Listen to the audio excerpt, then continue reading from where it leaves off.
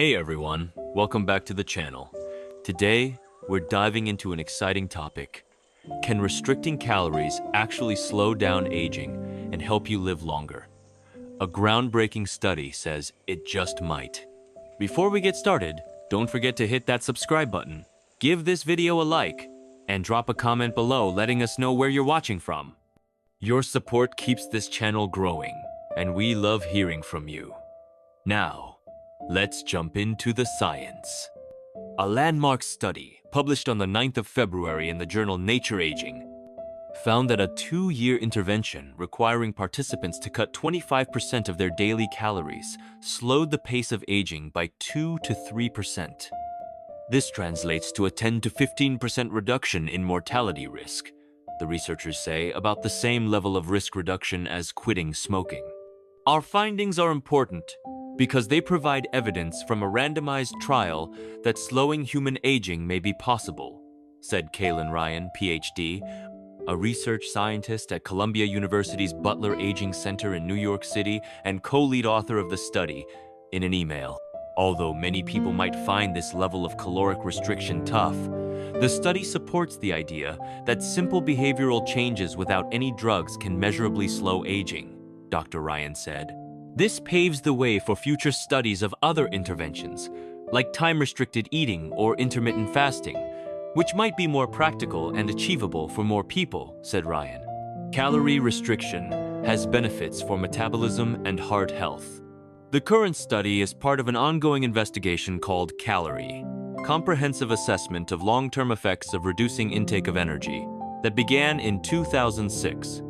Previous studies using calorie trial data have shown multiple benefits from cutting calories. One investigation found that calorie restriction slowed aging-related changes in physiology related to the liver, kidneys, metabolism, blood vessels, and the immune system.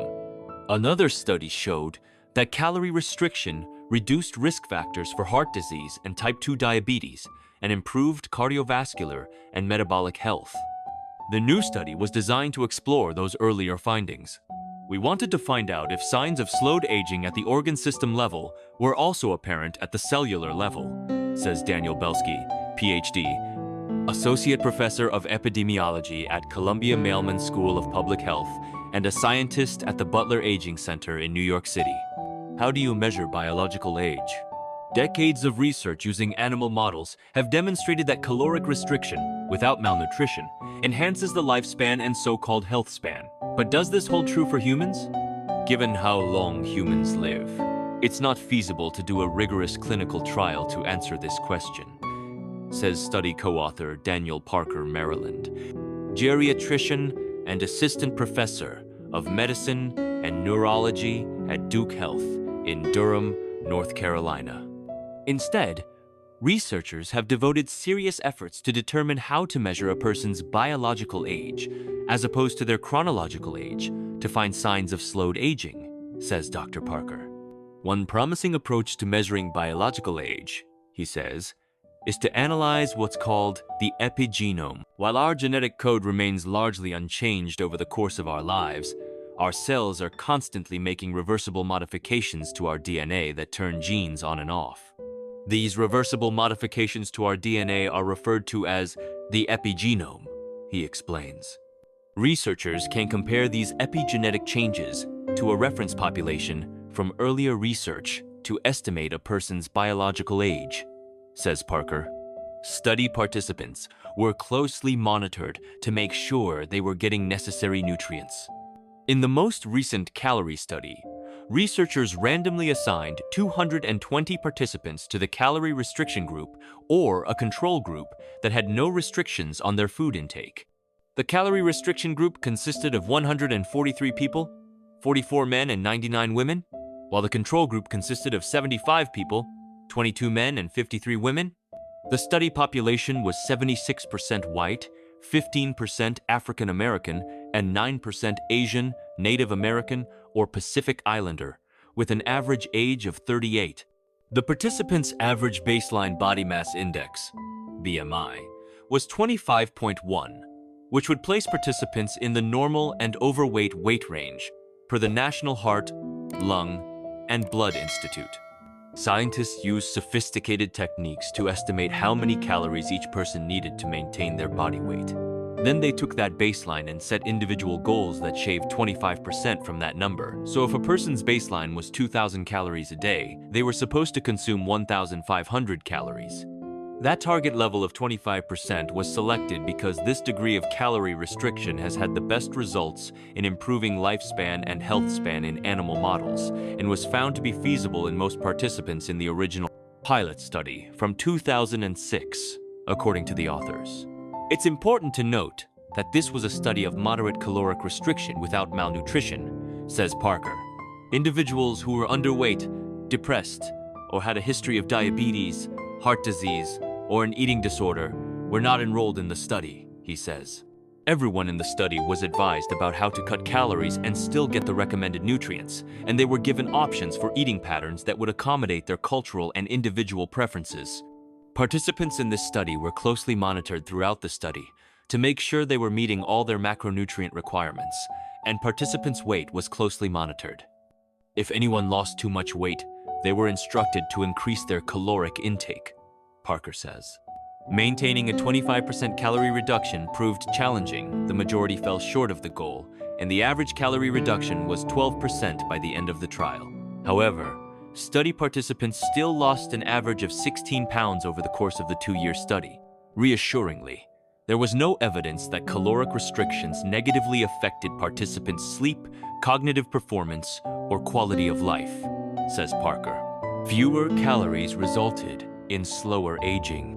To measure the impact of calorie restriction on biological aging, investigators analyzed blood samples collected from trial participants at pre-intervention baseline, and after 12 and 24 months of follow-up, they found that calorie restrictions slowed the pace of biological aging over time. Additionally, there appeared to be a dose-response effect. Participants who reduced their caloric intake to a greater extent had a greater decline in their pace of biological aging, says Parker. These findings are exciting because they provide evidence that the pace of biological aging isn't set in stone, but can be affected by interventions like caloric restriction, he says.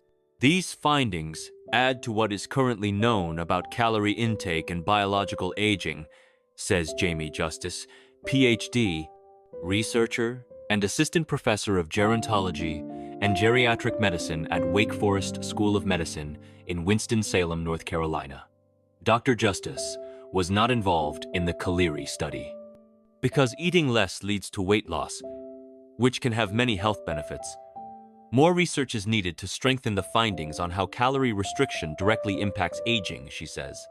A follow-up of trial participants is now ongoing to determine if the intervention had long-term effects on healthy aging.